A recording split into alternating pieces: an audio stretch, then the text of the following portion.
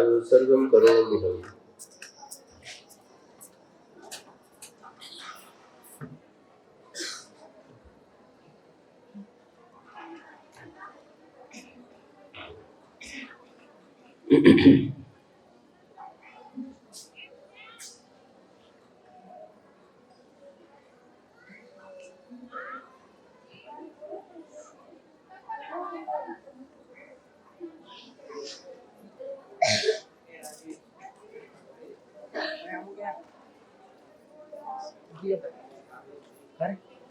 कोटिशतं द्वादशैव कोट्यो लक्षाणि सिद्धिप्रदीपानि चैव पञ्चाशदशोत्तरसहस्रसङ्ख्या मेतच्छ्रुतं पञ्चपदं नमामि।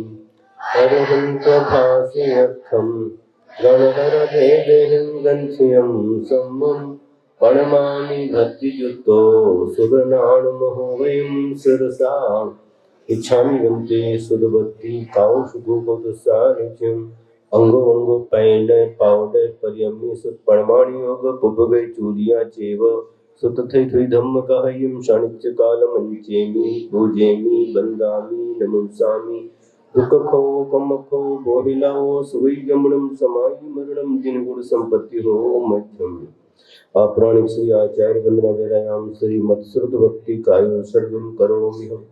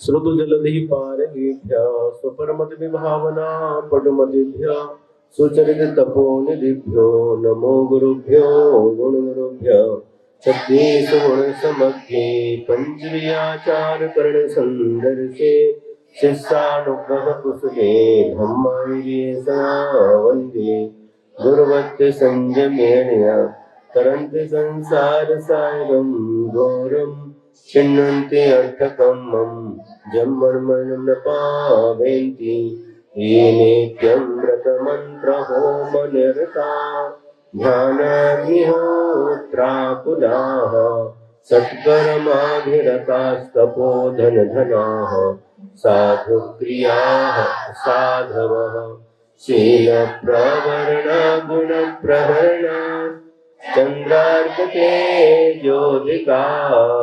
मोक्षद्वारकपाटपाटनभटाः प्रीणन्तु मां साधवः गुरवः पान्तु नो नित्यं ज्ञानदर्शननायकाः चारित्राणो गम्भीरा मोक्षमार्गोपदेशकाः इच्छामि वन्ते आयुर्भक्ति काउशुभवदुस्सारचिं सम्मनान सम्मदंसन संसर्जुत्ताणं पंचव्याचारणम् आयुर्याणम् आयारादिसुदनानोपदेशयाणम् अवध्यायाणं त्रिगुणपारणगणं सब्बसाहूणं शरणित्यकालम् अंचेमि पूजेमि वन्दामि नमस्सामि दुःखखो कम्मखो बोहिलाओ सुगैयमणं समाहि मरणं जिनगुण संपत्ति हो मध्यम।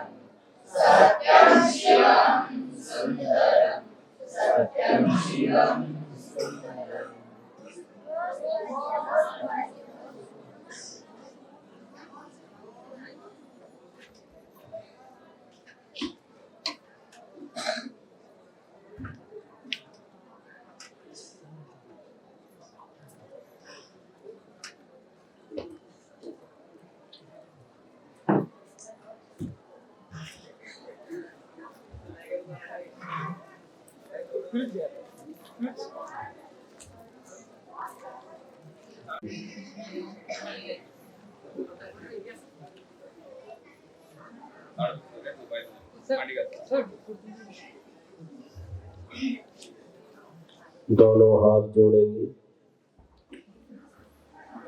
और नमोकार मंत्र का उच्चारण करेंगे। नमो अरिहंताणं, नमो सिद्धाणं, नमो आयर्याणं,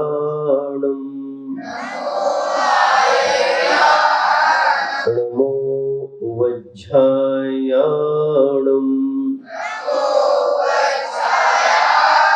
नमो लोये सोवसाहुणम्,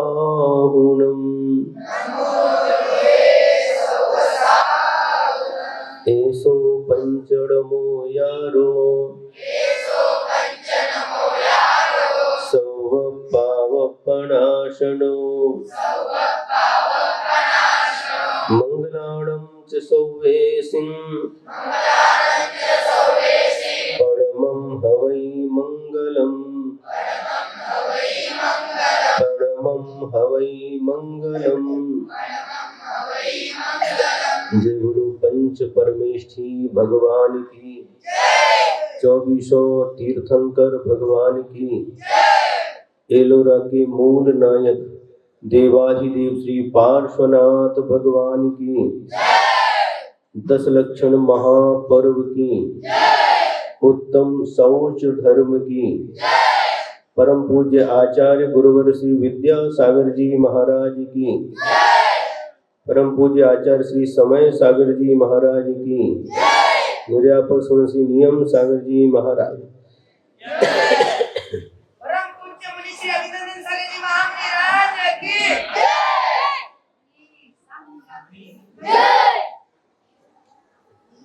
पिछले दिनों में हम लोगों ने सुना एक एक कसाय का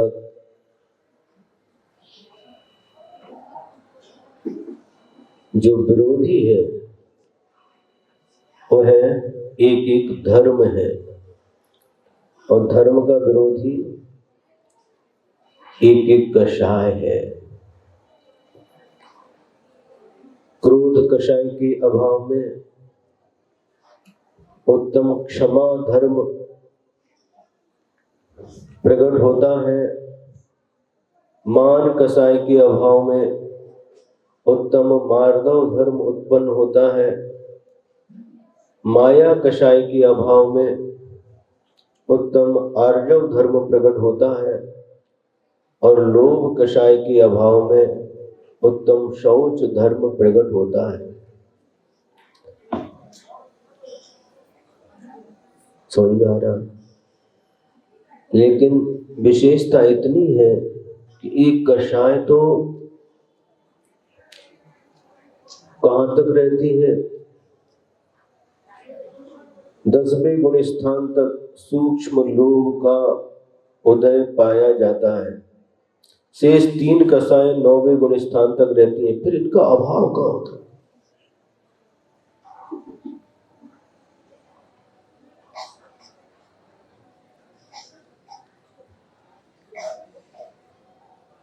समझ में आ रहा है? इनका अभाव तो नहीं हुआ, लेकिन इनकी जो अभिव्यक्ति है मिथ्या दृष्टि के पास अलग है, ये अनंतानुबंधी के रूप में है, सम्यक दृष्टि के पास अप्रत्याख्यानावरण के रूप में है, ये चारों कषाय। संयमा संयमी के पास प्रत्याख्यानावरण के रूप में है और मुनि महाराज के पास संजुलन के रूप में रहती है। आपको विषय थोड़ा कठिन हो जाएगा, बच्चे हैं गुरुकुल के, थोड़ा सा सरल करके आगे बढ़ते हैं। तो उत्तम शौच धर्म, शुचिता, पवित्रता का नाम उत्तम शौच धर्म है। या यूं कहें, लोभ कसाय,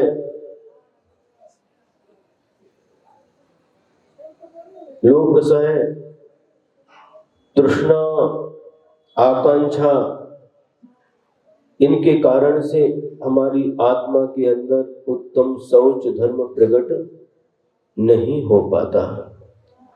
लोभ कषाय का मतलब है पर वस्तुओं को एकत्रित करने की इच्छा। जो 10 प्रकार का बाह्य परिग्रह है, क्षेत्र, वस्तु, हिरण्य, सुवर्ण, धन, धान्य, दासी दास, गुप्त भांड, इनको इकट्ठी करने की इच्छा, इनके प्रति मूर्छा भाव, इनके प्रति आसक्ति का भाव, इन पर पदार्थों के प्रति लोभ कसाय के कारण से इनका संग्रह किया जाता है।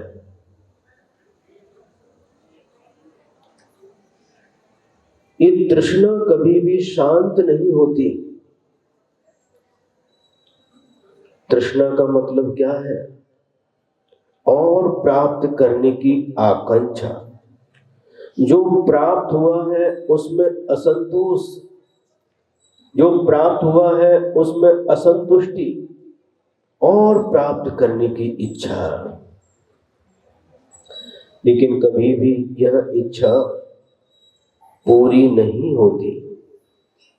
और चाहिए, और चाहिए, अजून पाहिजे, अजून पाहिजे, अजून पाहिजे, ऐसे करते करते करते कभी भी यह हमारी इच्छा रूपी नागिन शांत नहीं होती।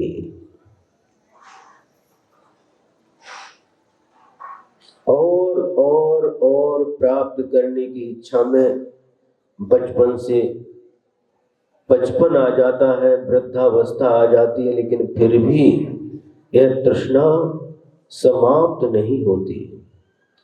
किसी ने लिखा है, भोगा न भुक्ता वयमेव भुक्ता, तपो न तप्तम वयमेव तप्ता, कालो न यातो वयमेव यातो, तृष्णा न जीर्णा वयमेव जीर्णा। समझ में आया? महाराज समझ में तो आया, लेकिन अर्थ समझ में नहीं आया। भोगा न भोक्ता वयमेव भोक्ता, हमने भोगों को नहीं भोगा, किंतु भोगों ने हमें ही भोग लिया। कालो न यातो वयमेव यातो, काल नहीं बीता किंतु हम ही बीत गए। तपो न तप्तम वयमेव तप्ता, हमने तप को नहीं तपा किंतु तप ने हमें ही तपा दिया। तृष्णा न जीर्णा वयमेव जीर्णा, हमारी तृष्णा जीर्ण नहीं हुई किंतु हमारा यह शरीर ही जीर्ण हो गया। कन्नड़ में एक कहावत है, इमली का जो पेड़ रहता है, इमली मतलब चिंच,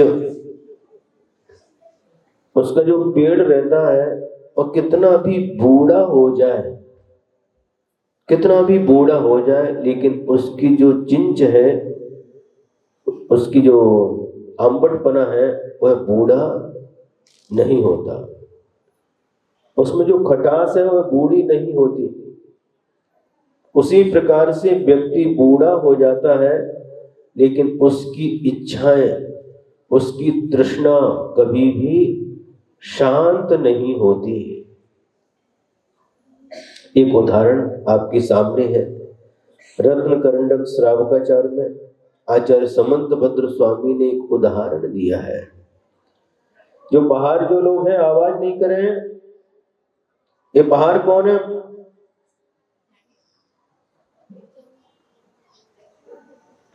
इनको थोड़ा दूर जाने के लिए बोलिए। एक उदाहरण है, कौन सा उदाहरण है? श्यमश्रु नवनीत। क्या नाम है? फिर एक बार बोलो, श्यमश्रु नवनीत। श्यमश्रु का संस्कृत में बोलते श्यमश्रु, ये क्या बोलते इसको? मिशी, मूछ। और नवनीत माने लौनी, मक्खन, ऐसा उसका नाम पड़ा था। पहले कुछ नाम और था। तो यह एक व्यक्ति था और कहीं पर जाता था, प्रतिदिन एक गिलास या एक तांबा भर के उसको पीने के लिए ताक, छाछ देते थे। और वो जब छाछ पीता था तो उसकी मूछ में वह नवनीत के कण, लौनी के कण चिपक जाते थे। और वो क्या करता था, वो मूछ में से निकाल करके एक उसने मिट्टी का घड़ा लिया था, उसमें डाल देता था और उसको जहां पर सोता था उसके ऊपर ही रस्सी से बांध करके छींका पर उसको बांध करके रखा था। प्रतिदिन का यह क्रम बन गया। प्रतिदिन उसको पीने के लिए ताक कोई देता था। ताक पी करके जो बड़ी बड़ी मिस्सी थी उसमें जो मक्खन चिपक जाता था उसको निकाल करके उस घड़े में डाल देता था। अब मिस्सी में कितना मक्खन चिपकेगा? थोड़ा थोड़ा, लेकिन फिर भी वो यह क्रम चल रहा था। प्रतिदिन का यही काम था। एक तांबा भर के ताक मिलती थी, पीता था और जो मूछ में जो मक्खन चिपक जाता था उसको उस घड़े में डाल देता था। अब एक दिन मन में विचार कर रहा है, जहां पर सो रहा है, लेटा हुआ है, उसी के ऊपर वह घड़ा रखा था, कहीं कोई चोरी न करके ले जाए, कोई बिल्ली वगैरह आकर के न खा जाए, उसकी रक्षा भी करता था। अब एक दिन क्या हुआ, वह मन में विचार कर रहा है, ये घड़ा जब भर जाएगा, अभी आधा से ज्यादा हो गया है, जब घड़ा भर जाएगा इसको बेच दूंगा, बेचने के बाद जो पैसा मिलेगा उससे गाय खरीदूंगा, उसका दूध निकालेंगे, फिर उसका दही बनाएंगे, ताक बनाएंगे, फिर और पैसा बढ़ जाएगा तो भैंस भी लेंगे, और इतने होने के बाद में फिर घर बनाएंगे, हैं, फिर और पैसा बढ़ जाएगा, शादी करेंगे, और शादी करने के बाद में जब पत्नी आएगी, बच्चे होंगे, वो पैर दबाएंगे, और पैर दबाएंगे तो उस समय कहेंगे उसको, तुमको पैर दबाते नहीं आता, और पैर उनको झटकार देंगे। और ऐसा किया, और उसने पैर को क्या किया? झटका दिया, सच में झटका दिया। तो ऊपर जो रखा हुआ था, घड़ा बंधा हुआ था, उसमें पैर लगा और घड़ा नीचे गिर गया। नीचे अग्नि जल रही थी, उस सब अग्नि में जल करके समाप्त हो गया। यह एक कथा है, और यह कथा एक सामान्य कथा नहीं है, किंतु हमारे लिए एक शिक्षा देने वाली कथा है। वह नवनीत इकट्ठा करके तरह तरह की मन में आकांक्षा, तृष्णा बनाते बनाते, सोचते सोचते एक दिन इसी प्रकार से जल करके भस्म हो जाता है। हम भी तरह तरह की आकांक्षाएं, तरह तरह की तृष्णाएं मन में लेकर के योजनाएं बनाते रहते हैं। बनाते कि नहीं है? योजनाएं आगे के लिए हम ये करेंगे, वो करेंगे, फिर ऐसा होगा, फिर ऐसा होगा, फिर ऐसा होगा। पढ़ लेंगे, उसके बाद जॉब लग जाएगी, जॉब लगने के बाद शादी होगी, फिर जोड़ी से आएंगे, हाँ, बच्चों को लेकर के आएंगे, एक बच्चे को सीए बनाएंगे, एक को इंजीनियर बनाएंगे। क्या क्या कितना हम सोचते रहते हैं,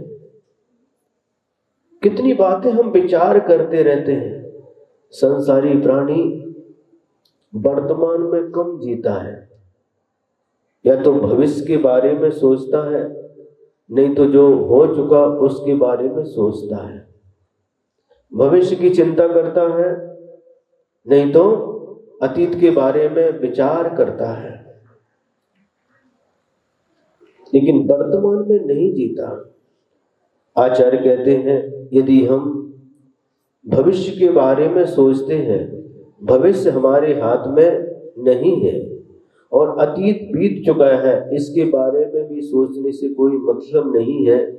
यदि हम वर्तमान को अच्छी तरह से जीते हैं, वर्तमान को यदि हम धर्म के साथ जीते हैं, तो नियम से हमारा भविष्य उज्जवल होता है। कई लोग जाते हैं ज्योतिषियों के पास, हमारा हाथ देख लो। क्या देखना, हाथ में क्या है? ये रेखाएं हैं, रेखाएं हैं, आप ही देखो ना। नहीं, आप ज्योतिषी हैं, ज्योतिषाचार्य, आप हाथ देख लीजिए, हाथ में क्या है? अरे हाथ में क्या है? जो अतीत में किया हुआ है वही तो भविष्य है।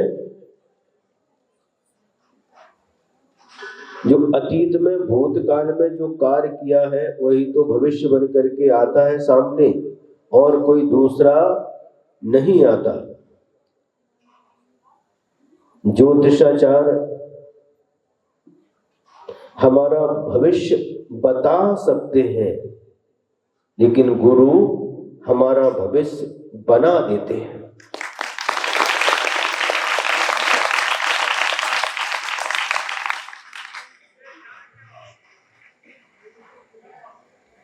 हमारा जीवन जो हम जी रहे हैं, यह सहजता से यदि हम जीते हैं, भविष्य के बारे में भी चिंता नहीं करते और अतीत के बारे में भी नहीं सोचते, तो हम वर्तमान का आनंद ले सकते हैं।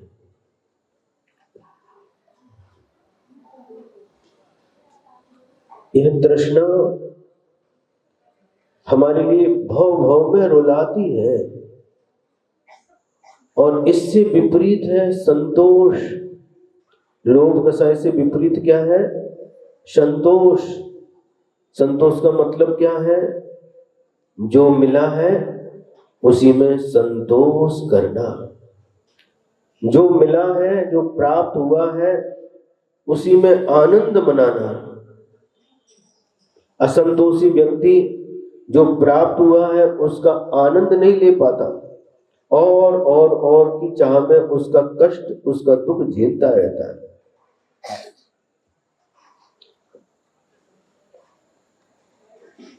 आपको सुख चाहिए या दुख चाहिए? दुख, सुख चाहिए। तो सुख चाहने मात्र से नहीं मिलता, हमें अपने मन की सोच को अच्छा बनाना पड़ेगा।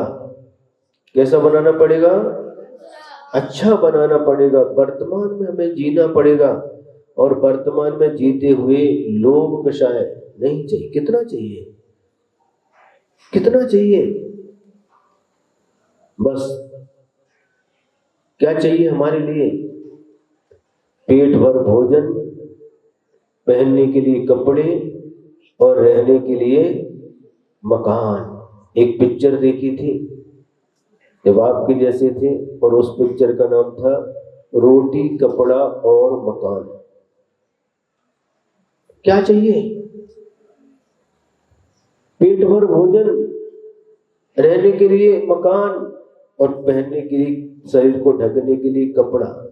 इससे ज्यादा क्या लगता है? लेकिन आज आधुनिक युग है, पाश्चात्य सभ्यता का प्रभाव हमारे ऊपर पड़ रहा है और हमने उनको देख करके न जाने कितनी अपनी आवश्यकताओं को बढ़ा लिया है। हम अपनी जितनी आवश्यकताओं को सीमित करते हैं उतने ही हम सुखी हो जाते हैं।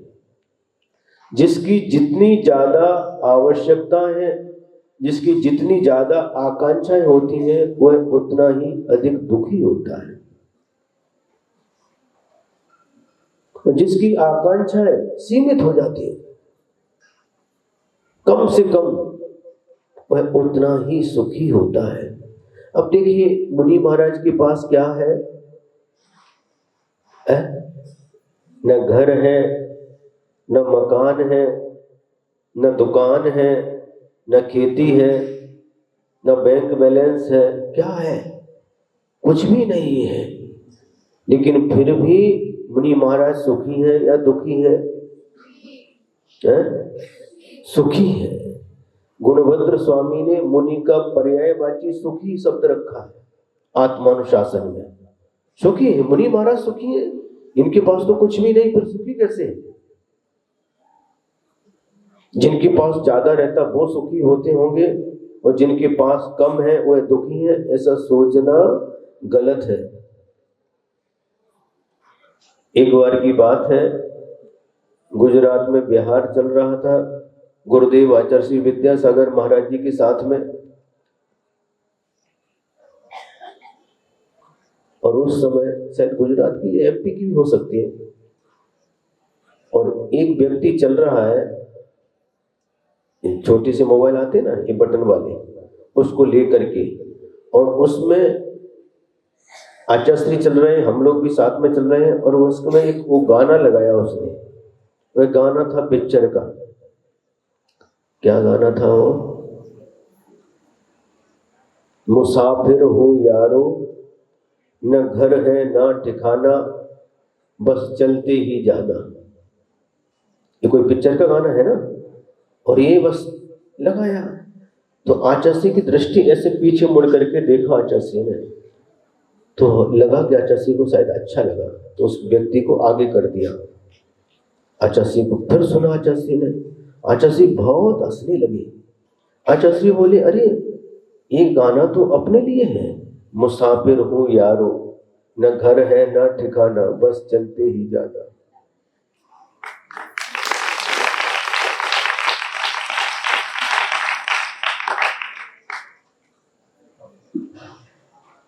क्योंकि साधु के पास न घर रहता न ठिकाना, आज यहाँ है, कल कहाँ होंगे पता नहीं, इसके बाद कहाँ होंगे पता नहीं, न घर न कोई रहने का ठिकाना, बस चलते ही जाना है, चलते ही जाना है।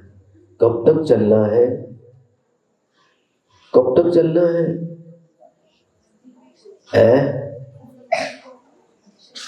जब तक मंजिल की प्राप्ति नहीं होती तब तक कदम बढ़ाते जाना है। कदम बढ़ाते जाना है तो एक ना एक दिन निश्चित हमें मंजिल की प्राप्ति हो जाएगी, हो जाएगी। कुछ भी नहीं है लेकिन फिर भी सुखी है। कौन? साधु महाराज, मुनि महाराज, कुछ भी नहीं है लेकिन फिर भी कितना सुख है। ये सुख कहां से आया उनके पास में? आप लोग क्या समझते हैं? अच्छा घर बना दिया, 3-4 मंजिल का बड़ा, वो उसमें सुख मिलेगा, उसमें सब पंखा कूलर एसी सब व्यवस्था आलीशान, एसी बना के रखा, इसमें सुख मिलेगा। बहुत पैसा इकट्ठा कर लिया, इसमें सुख मिलेगा। गाड़ी लेकर के आ गए, इसमें सुख मिलेगा। शादी हो गई, पत्नी आ गई, इसमें सुख मिलेगा। बच्चे हो गए, इनमें सुख मिलेगा। मिलता है सुख? मिलता है? मिलता है लेकिन बहुत क्षणिक होता है। वह सुख कैसा है? सुख कम रहता है, दुख ज्यादा होता है। देखो भैया, हमको अनुभव नहीं है, 18-19 साल की थी तब से घर छोड़ा हमको कुछ अनुभव नहीं, लेकिन सही बता रहे कि नहीं? सही बता रहे कि नहीं? तांगड़े जी, कैलाश जी, हाँ, क्योंकि आपको अनुभव है, आप आजूबा के जैसे हैं, क्या है, हम उसी में सुख खोजते रहते हैं, इसमें सुख मिलेगा, इसमें सुख मिलेगा, इसमें सुख मिलेगा, और उनको इकट्ठा करते रहते हैं। लेकिन वास्तव में उन वस्तुओं में सुख मिलता है? इनमें सुख मिलता तो कोई दुख ही नहीं रहता। ये बाह्य पदार्थों को इकट्ठा करने से, बाह्य परिग्रह को इकट्ठा करने से यदि सुख मिलता तो कोई दुखी नहीं रहता। कई लोग ऐसे रहते हैं, कुछ नहीं रहता, जो मिलता है पेट भर के भोजन करते हैं, मेहनत करते हैं, रहने के लिए छोटा सा एक कमरा है, ऊपर टीन लगा हुआ है, लेकिन फिर भी चैन की नींद से सो जाते हैं। और जो बड़े बड़े लोग रहते हैं, ज्यादा उनके पास परिग्रह रहता है, उनको नींद आती क्या? नहीं आती, चिंता रहती है, कहीं चोर न घुस आए, कहीं रेड न पड़ जाए, रेड बोलते हैं, कहीं रेड न पड़ जाए, कितनी चिंताएं उनको सताती रहती हैं।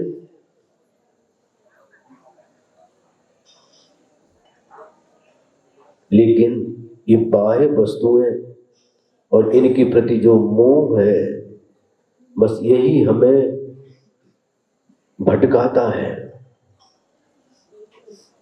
हमें इनसे ऊपर उठना चाहिए। ये सुख कहां पर है? इन वस्तुओं में सुख नहीं है। सुख कहां पर है?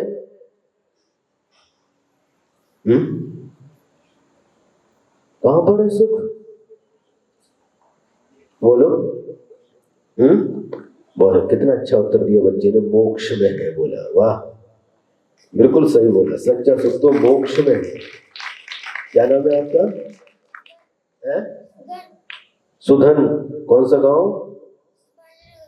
संभाजी नगर। बहुत अच्छा उत्तर दिया। सच्चा सुख तो मोक्ष में है। हम इन बाह्य पदार्थों में सुख समझते हैं, लेकिन सुख नहीं है। कैसे? गर्मी का समय है,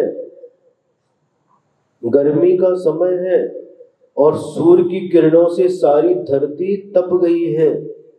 अप्रैल मई का महीना है, ज्येष्ठ मास का महीना है, और सारे के सारे जो जल के स्रोत थे, तालाब, सरोवर, कुएं, सब सूख गए हैं, इतनी तेज गर्मी है। और एक प्यासा हिरण प्यास बुझाने के लिए पानी की तलाश कर रहा है, पानी की तलाश कर रहा है। और उस जो तपी हुई धरती है सूर्य की किरणों से, उस पर ऐसा लगता है कि जैसे पानी की तरंगें उठ रही है। आप लोगों ने कभी अनुभव किया होगा, गर्मी के समय जब धरती तप जाती है, रोड तप जाते हैं, तो दूर से ऐसा लगता है कि वहां पर पानी की तरंगें उठ रही है। और उस हिरण ने देखा कि सामने पानी की तरंगें उठ रही हैं, वहां पर पानी है, चलो, और दौड़ लगाते हुए, छलांग लेते हुए वहां पर पहुंच जाता है, लेकिन देखता है यहाँ पर पानी नहीं है। फिर दूसरी तरफ देखता है, अरे वहां पर तरंगें उठ रही हैं, वहां पर पानी है। फिर दौड़ लगाता है, वहां पर पहुंच जाता है, वहां पर भी पानी नहीं है। फिर तीसरी तरफ देखता है, वहां पर भी उसी प्रकार से उसको पानी का आभास होता है, पानी दिखाई देता है। छलांग भरते हुए वहां पर पहुंच जाता है, और वहां पर भी पानी नहीं है। इस प्रकार करते करते कई घंटे बीत जाते हैं, और उस प्यासे हिरण को पानी नहीं मिलता। प्यास के कारण दम तोड़ देता है, मरण को प्राप्त हो जाता है। जल नहीं पावे प्राण गमावे, भटक भटक मरता, वस्तु पराई माने अपनी भेद नहीं करता। उसी हरण के समान हम भी क्या समझते, इसमें घर में सुख मिलेगा, घर बना दिया, अरे इसमें सुख नहीं है।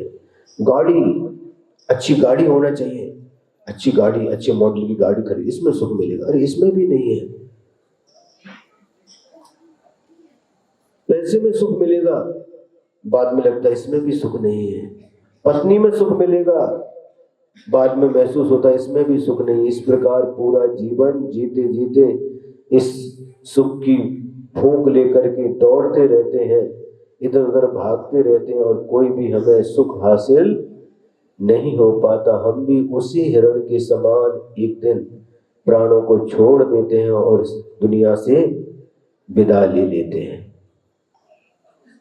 होता है कि नहीं? यह लोभ कसाय हमें बहुत परेशान करती है। लोभ कसाय है। देखिए, चिड़िया रहती है ना, चिड़िया, चिमनी, आप लोगों ने देखा होगा, हमने भी देखा है, वह अपना घर बनाती है। घर किससे बनाती है? घास, गवत का एक एक तिनका लेकर के आती है मुख से, और कहां पर घर बनाती है? पेड़ पर तो बनाती है, लेकिन ऐसी जगह बनाती है जहां नीचे प्राय करके या तो गड्ढा रहता है या पानी रहता है। अब देखिए, हर किसी पेड़ पर वह चिड़िया अपना घोंसला नहीं बनाती। क्यों? हमने सोचा ऐसा क्यों? कई जगह देखा, जो पेड़ रहते हैं उसके बाजू में कुआं है, विहीर है, वहां पर वो, और एक घोंसला नहीं मिलता, उनके बहुत सारे घोंसले रहते हैं और एक ही आकार के वह घोंसले बनाते हैं। देखिए, न उसके पास हाथ है हाथ, दो पैर है, सिर्फ मुख से चोंच से पकड़ करके एक एक तिनका लेकर के आती है, एक एक घास लेकर के आती है, और किस प्रकार से बनाती है। जब घोंसला कभी टूटा हुआ मिलता है तो उठा करके देखा, इतने ऐसा बुना है उसने, निकलता नहीं। क्या कला है उसके पास में है। आप लोग स्कूल में पढ़ते हैं, कॉलेज में जाते हैं, यूनिवर्सिटी में जाते हैं, बड़ी बड़ी डिग्री ले लेते हैं, लेकिन उस चिड़िया ने कौन सी डिग्री ली? न स्कूल गई, न कॉलेज गई, यूनिवर्सिटी तो बहुत दूर की बात है। ऐसा ज्ञान कहां से मिला उसको? कितने सारे घोंसले, घोंसले क्या बोलते मराठी में?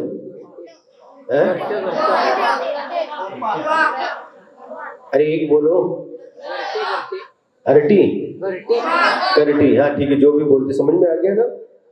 तो उस घोंसले को बनाती क्या कला है उसके पास में, उसके पास भी ज्ञान है। वह भले ही पक्षी है, पशु पक्षियों को भी बहुत ज्ञान होता है। हम समझते हम कोई ज्ञान है, और ऐसे घर बनाती है। आपने चिंतन किया ऐसे, और पानी के ऊपर ही ऐसे घर क्यों बनाती, कुएं के ऊपर ही क्यों बनाती घोंसले? तो कोई भी आकर के वहां पर उसको क्षति न पहुंचाए, कोई भी आकर के उसके घोंसले को तोड़े नहीं, कोई भी आकर के वहां तक पहुंच न पाए।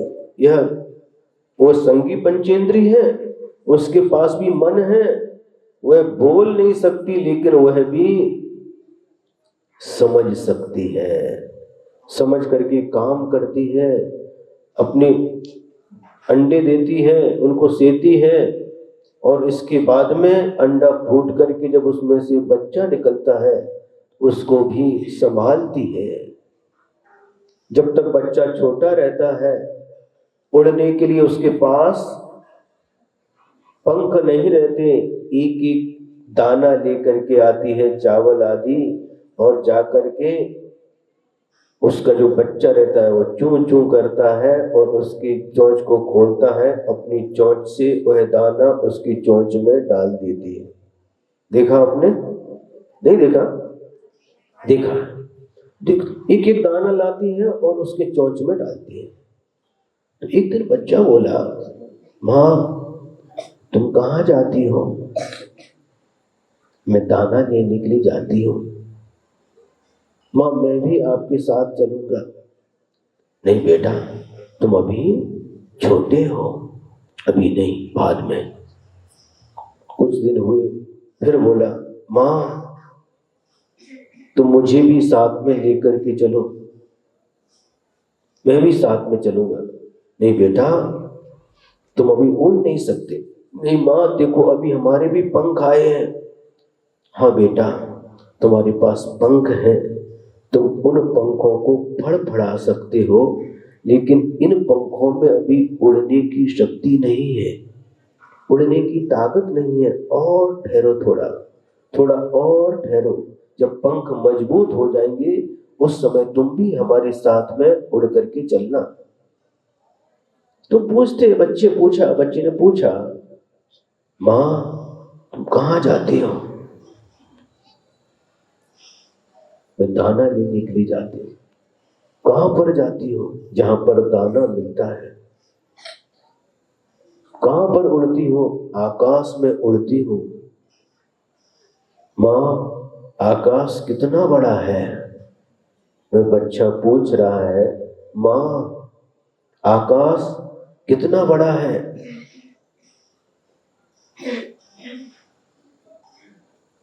माँ कहती है, बेटा आकाश बहुत बड़ा है। कितना बड़ा है? इतना बड़ा, इतना बड़ा, इतना बड़ा। बच्चे पूछते ना, कितना बड़ा? नहीं बेटा, आकाश बहुत बड़ा है। नहीं माँ, तुम हमें सही बताओ कि आकाश कितना बड़ा है। वह माँ अपने पंखों से, अपनी चोंच से बच्चों को इकट्ठा करती है, बच्चों को पास में लेती है और उसके ऊपर पंख फैला देती है कि बेटा आकाश इन पंखों से छोटा है।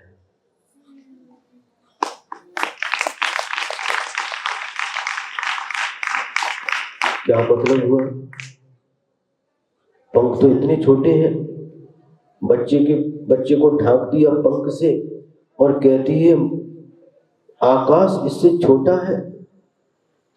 आपने ताली तो बजा दी, लेकिन अर्थ समझ में आया? नहीं आया। मतलब माँ की ममता के सामने वह आकाश छोटा है। आकाश, माँ का इतना प्यार मिलता है कि उसके सामने आकाश भी छोटा है। माँ की ममता के सामने आकाश भी छोटा है। आप लोग घर में रहते हैं, माता पिता कष्ट करते हैं, खेत में काम करते हैं, दुकान में काम करते हैं, मेहनत करते हैं और आपका पालन पोषण करते हैं। यहाँ पर एलोरा गुरुकुल में पढ़ने के लिए भेजा है। भेजा कि नहीं? भेजा है। अपना पेट, आधा पेट भोजन करके, लेकिन बच्चों के लिए माता पिता कार्य करते हैं।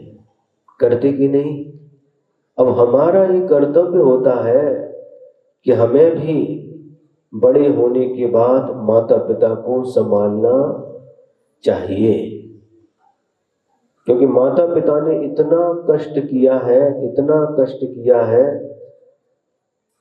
वह माता पिता ही जानते हैं। या फिर आप जब माता पिता बनोगे तब आपको समझ में आएगा। इसलिए हम लोगों का ये कर्तव्य होता है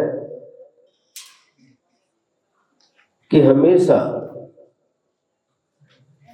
जिन्होंने इतना कष्ट करके हमको बड़ा किया, उनके प्रति हमेशा हमारा भी कर्तव्य होता है कि हमेशा माता पिता के लिए भी हमें अच्छा करना है। कभी भी हमारे कारण से उनको दुख नहीं पहुंचना चाहिए, कभी भी ऐसी वाणी नहीं बोलना चाहिए कि उनको दुख हो, उनको कष्ट हो। समझ में आ रहा है? लोभ कसाय को कम करके जो तृष्णा रूपी नागिन है, तृष्णा नागिन ज्यों ज्यों डंके, लहर जहर की आवे। जैसे जैसे तृष्णा रूपी नागिन हमको डसती है, वैसे वैसे जहर की लहर फैलती जाती है। ये तृष्णा की कभी पूर्ति नहीं होती। हम जितना चाहते हैं उससे कभी भी मन भरता नहीं। आत्मानुशासन में आचार्य गुरुदेव गुणभद्र स्वामी ने लिखा है कि तृष्णा रूपी गड्ढा ऐसा है कि उसकी पूर्ति होने के बाद वो भरता नहीं और बड़ा हो जाता है। उदाहरण के लिए मान लो एक गड्ढा है जिसे आप लोग खड्डा कहते हैं, और गड्ढा है, और मान लीजिए एक गड्ढा एक बोरी बालू के द्वारा भर सकता है, उसमें एक बोरी बालू डाली तो भर जाता है। लेकिन तृष्णा रूपी गड्ढा ऐसा है, ये भरता नहीं और फैलता जाता है। उदाहरण के लिए मान लो 1,00,000 रुपए की मन में इच्छा हो गई। अभी तृष्णा रूपी गड्ढा है, देखिए 1,00,000 रुपए मिलने के बाद वह गड्ढा भरना चाहिए था, लेकिन भरता नहीं और बड़ा हो जाता है। वह कहता 1,00,000 नहीं 10,00,000 चाहिए। 10,00,000 मिल गए तो भरना चाहिए, नहीं और बड़ा हो जाता है। 1 करोड़ चाहिए, करोड़ मिलने के बाद भी नहीं भरता। 10 करोड़ अरब खरब कितना भी मिलता जाए, लेकिन फिर भी यह तृष्णा रूपी गड्ढा कभी भरता नहीं। तो जिनके जीवन में संतोष होता है उनका तृष्णा रूपी गड्ढा भर जाता है।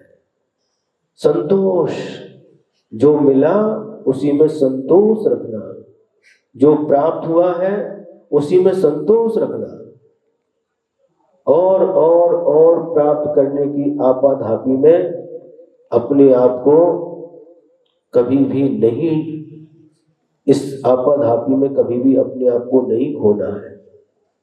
जो मिला है बस उसी में संतोष, क्योंकि संतोषी प्राणी सदा सुखी रहता है। जिसके जीवन में संतोष है वह सदा सुखी रहता है। हम क्या करते हैं? एक साधु थे, भिक्षा मांग करके भोजन करते थे, और भिक्षा मिल गई, जितना चाहिए पेट भरने के लिए मिल गया, बस फिर उसके बाद में दिन भर भगवान का भजन करना, भक्ति करना। एक दिन किसी ने जाकर के उनके लिए कुछ दिया भोजन के लिए। उन्होंने कहा नहीं अभी हमारी व्यवस्था हो गई, नहीं तो शाम को खा लेना, शाम के लिए रख लो। नहीं, शाम की चिंता क्या करना, अभी हमारे पेट भरने लायक मिल गया, शाम को देखा जाएगा। उन्होंने नहीं लिया। सुबह मिला है, शाम की भी चिंता नहीं। लेकिन हम कितनी चिंता करते हैं। 7 पीढ़ी की मनीष भैया कह रहे 7 पीढ़ी की।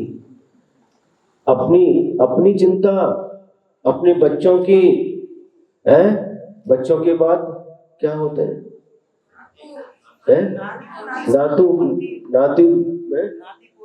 नाती पोते पंक्ति संक्ति क्या क्या बोलते हैं आप लोग। इन सबकी चिंता करते हैं, इन सबकी चिंता करते करते बूढ़े हो जाते हैं, और इतना इकट्ठा करते हैं कि बस 7 पीढ़ी तक, 7 कई पीढ़ियां हमारी कुछ भी न करें फिर भी वह आराम से रह सकते हैं। लेकिन करते करते हो जाता निधन, धन धन धन धन धन करते करते एक दिन निधन हो जाता है। राम नाम सत्य है, राम नाम सत्य है, हो जाता, निधन हो जाता है। लेकिन यह इच्छा फिर भी शांत नहीं होती। जो इतना इकट्ठा करते हैं उनको पता नहीं कि यदि इसका पुण्य होगा तो अपने आप कमाएगा। बुंदेलखंड में एक कहावत है, पूत सपूत तो काधन संचय और पूत कपूत तो काधन संचय। पूत यदि सपूत है, सुपुत्र है, तो उनकी क्या चिंता करना, अपने आप कमाएगा। और पूत यदि कपूत है तो का धन संचय, ये धन का संचय क्यों करना, कितना भी धन का संचय करो, यह कुपूत है, सब खत्म कर देगा, समाप्त कर देगा, कुछ भी नहीं बचेगा। एक घनश्याम दास जी बिड़ला हुए हैं, एक छोटी बात कह करके समाप्त करते हैं। घनश्याम दास बिड़ला, बिड़ला है ना, और उन्होंने अपने पुत्र के लिए एक पत्र लिखा। उनके पुत्र का नाम था वसंत, और वह जो पत्र लिखा था किसी को प्राप्त हो गया, पत्रिकाओं में छपा, संस्कार सागर आदि पत्रिकाओं में छपा। हमको भी पत्रिका पढ़ने के लिए मिली, तो उसमें बहुत अच्छी बात लिखी उन्होंने, बहुत सारे पॉइंट थे। उन्होंने लिखा, चिरंजीव वसंत शुभाशीष, जो यह पत्र लिख रहा हूं उसे बड़े होकर भी पढ़ना और बूढ़े होकर के भी पढ़ना। तो बहुत सारी उसमें बातें थी है? तो उसमें एक जो पॉइंट था बहुत अच्छा लगा। उन्होंने लिखा कि यदि संतान व्यसनी निकली, संतान यदि धर्म से रहित निकली, तो उनको कभी भी उनके हाथ में धन नहीं देना, क्योंकि वह धन को बर्बाद कर देंगे। उनके हाथ में जाए उससे पहले ही गरीबों में बांट करके धन को समाप्त कर देना। देखिए विचार, भगवान को कभी नहीं भूलना। भगवान अच्छी बुद्धि देता है और नित्य प्रतिदिन व्यायाम करना। बहुत सारे पॉइंट लिखे थे, उसमें जो महत्वपूर्ण पॉइंट ये है, क्या बताया, यदि संतान अच्छी है तो उनके हाथ में धन देना, यदि संतान अच्छी नहीं है तो उनके हाथ में धन नहीं देना। उनके हाथ में, ऐसे नालायक शब्द का उपयोग किया उन्होंने, ऐसे नालायक को कभी धन नहीं देना, उसके हाथ में धन पहुंचे उससे पहले ही गरीबों में बांट करके समाप्त कर देना, क्योंकि ये मिटा देंगे। तो पूत सपूत तो का धन संचय, यदि पूत सपूत है, सुपुत्र है, तो भी कोई चिंता करने की आवश्यकता नहीं है, वह अपने आप कमाएगा। और यदि कपूत होगा तो जो आपने कमा करके कितना भी रख करके जाओ, सबको समाप्त कर देगा, कुछ भी बचने वाला नहीं है। इसलिए ज्यादा चिंता करने की आवश्यकता नहीं है। जो अपना कर्तव्य है उस कर्तव्य को करना है, लोभ कसाय को नियंत्रण में रखना है, क्योंकि लोभ करने से, तृष्णा करने से हमें कुछ प्राप्त नहीं होता, प्राप्त उतना ही होता है जितने हमारे पुण्य में होता है। इसलिए व्यर्थ की चिंता करना, व्यर्थ की तृष्णा रखना, इससे कोई भी कार्य सिद्ध होने वाला नहीं है। आप बच्चों के लिए यदि वास्तव में चिंता करते हैं, यदि संतान के शुभ चिंतक हैं, तो बच्चों को ऐसे संस्कार दे करके जाइए, ऐसे धर्म के संस्कार दीजिए, ताकि इन बच्चों का जीवन उन्नत बने, कभी भी ये मार्ग से भटक न पाए, हमेशा सच्चे मार्ग पर चलते रहे। जिनेंद्र भगवान का दर्शन, अभक्ष का त्याग, रात्रि भोजन का त्याग, जो जैन धर्म में जो नियम बताए हैं, उनमें इन बच्चों को इतना दृढ़ करना चाहिए, इतना दृढ़ करना चाहिए, ताकि बच्चे कभी भी लाइन से बेलाइन न हो पाए। यदि ये आपने संस्कार दे गए तो फिर कोई चिंता की बात नहीं है। ये संस्कार इन बच्चों को कुमार्ग पर जाने से रोकेंगे, ये संस्कार बच्चों की उन्नति के लिए कारण बनेंगे, और ये संस्कार इन बच्चों का भविष्य बनाएंगे।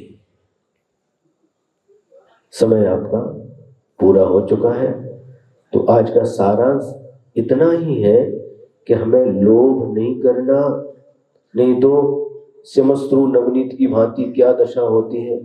लोभ नहीं करना, लोभ के ऊपर नियंत्रण रखना, और जो कुछ मिलता है उसमें संतोष धारण करना। जय गुरु उत्तम सौक्ष धर्म की। परम पूज्य आचार्य गुरुवर श्री विद्यासागर जी महाराज की।